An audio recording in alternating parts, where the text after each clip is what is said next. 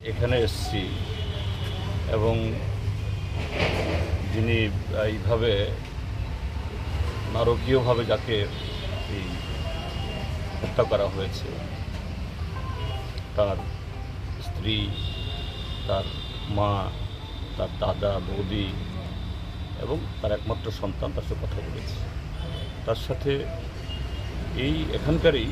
যারা স্থানীয় মানুষ, তো এটা বুঝতে কোনো অসুবিধা নেই যে এই হত্যাকাণ্ড সম্পূর্ণ পরিকল্পিত এবং এই পরিকল্পনা যেটা সমাজের একজন কীট,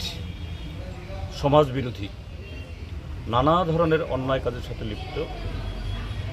এবং তার মধ্যে জঘন্যতম হলো নিজের মেয়েকে ব্যবহার করে, নিশ্চয়ই মেয়ের বয়স তো খুব বেশি হবে না, আমি মেয়েটাকে দোষ